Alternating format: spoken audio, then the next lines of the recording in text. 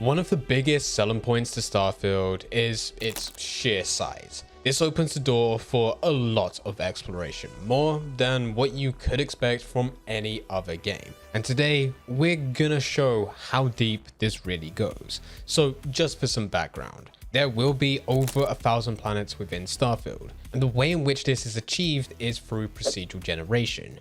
Every single planet within the game will have its own rule set, which will dictate the planet itself, the environment, the resources, any wildlife, any plants, any dynamic events, any story elements, any collectibles, any enemy outposts, you name it. Whatever could be included as part of that planet will be dictated by the rule set, and the rule set is different for every single planet within the game. There may be some similarities and some crossover, but based on how many variables there are, no planet will be the same. And to add to this, because it is based on procedural generation, it also means that if you were to visit a very specific planet within a system, you found something amazing and you told your friends about it, by the time that they go to the exact same system and the exact same planet, whatever you found would not be in the same location for them. It will still be there somewhere on that planet, but you have no idea where, because it is procedurally generated and will be different every single time for every single player. Now that may be pretty cool for all the nerds out there like me, but for a lot of other people, when they hear this and they've experienced procedural generation in other games, it ends up being the exact same thing repeated every single time, just slight variations. And that's where Bethesda take it to the next level. As said, as part of the procedural generation rule set, that rule set dictates what will be on the planet. But what will be on the planet is entirely handcrafted. This is not procedurally generated. So any plants, any animals, any story elements, any dynamic events, any collectibles, any other activities, and any enemy outposts, those will be handcrafted. And the reason for this is because it adds just another level of detail, but it also gives Bethesda control. With procedural generation, there is this randomness, which does work when you're dealing with planets, but not so much when you're dealing with intricate details. It's kind of like in Minecraft where villages would spawn in, but they would spawn only half in, or they would spawn next to a cliff and one half is at the top of that cliff and the rest is at the bottom. It's not ideal. It works within that type of game, but wouldn't within Starfield when they're trying to go for this realistic approach. So to prevent that from happening, they have decided to handcraft these elements so that when you are exploring and you come across something like this, it's all together as a single entity rather than being split across the world. That means when you land on a planet and do start to travel around, once you do find something, it's likely going to be something good, something that has been specifically added to this planet for a specific reason. But with that said, not every single planet is created the same. There are many variables at play, even on a surface level. Just looking at resources, animals, or even plants, it has been revealed that only 10% of planets will have life. So that's 900 planets that won't. As for resources, you will be able to find resources on near enough every single planet, or at least something that can be used. But what you find and whether or not it's useful or even valuable is a completely different question. And this is where a few questions are raised in terms of, is this just going to be a walking simulator? And so far, there probably will be some planets which do feel that way. Even Todd Howard himself has said something similar.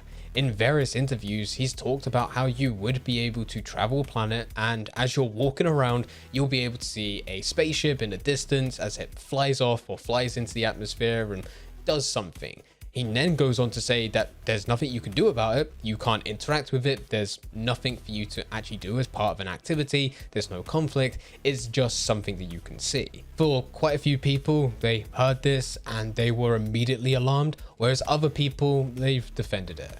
They've stated that, well, in real life, solar systems, planets in general, there are quite a lot with no life on it. And as there's no life, there's also not much to do, which is a completely fair statement to be made. On the other hand, there will also be planets full of life. and will have a lot more potential for content, activities, dynamic events, you name it. One in particular is the planet Jemison within the Alpha Centauri system. This is where you're probably going to be spending a lot of your time, because on the planet Jemison is the city of New Atlantis. New Atlantis being the biggest city in the game and also the headquarters for the constellation does also mean that there's going to be a lot of content available based on main missions and any type of other side quests or dynamic events that will be part of that city. The rest of the planet, we're not too sure what it will include, but at that point it really doesn't matter too much, and we can safely assume that the vast amount of content that will be available will be aimed at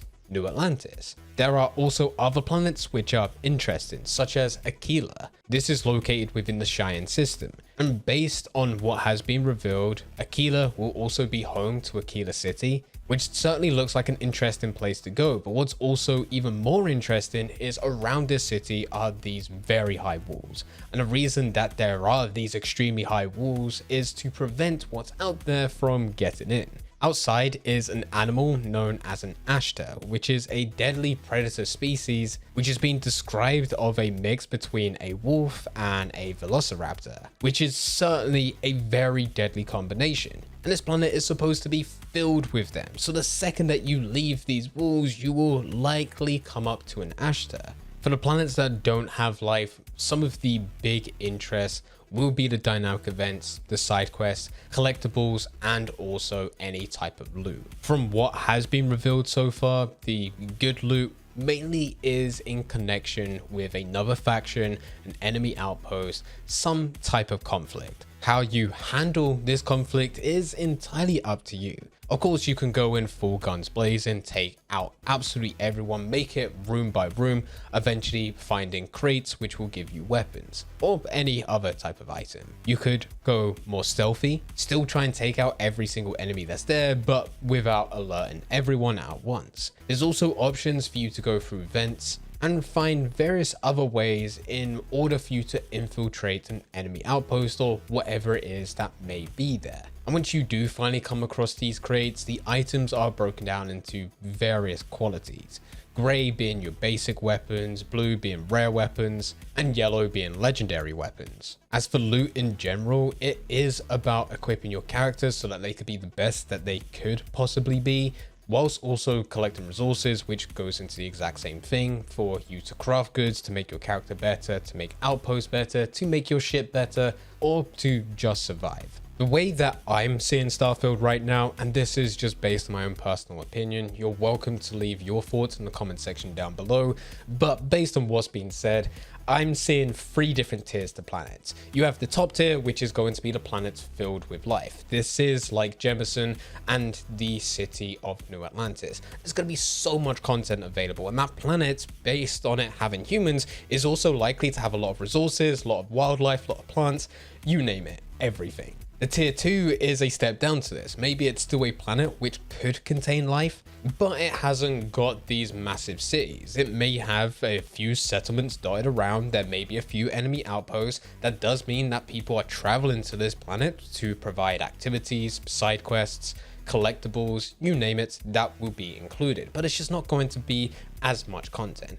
And then you have your third tier being the planets which are more or less empty. It doesn't have a suitable atmosphere to actually sustain life, so there'll be no wildlife, there'll be no plants. The environment itself might be toxic. The resources there might not even be worth traveling to in order for you to collect them. And because of this, it likely means that there's not many other factions or other people for that matter traveling to this planet. So in terms of content, there's not going to be much, and these planets could very well be the walk-in simulators that people have been talking about. But with all of that said, there should be something. Even on these completely dead planets which I envision in my mind, there will be things to scan.